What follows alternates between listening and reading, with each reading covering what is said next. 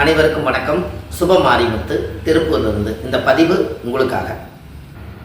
திருமணமே தடையாக இருந்தால் 40 வயசாகி 35 வயசாகி 40 வயசாகிங்கோல உடம்புடைய தன்மையெல்லாம் மாற்றமாகி கல்யாணமே நடக்கலைன்னா கண்டிப்பாக அவங்களுக்கு ஆணாக இருந்தால் ஒரு பெண்ணோட சாபம் இருக்கும், பெண்ணாக இருந்தால் ஒரு ஆணோட சாபம் இருக்கும்.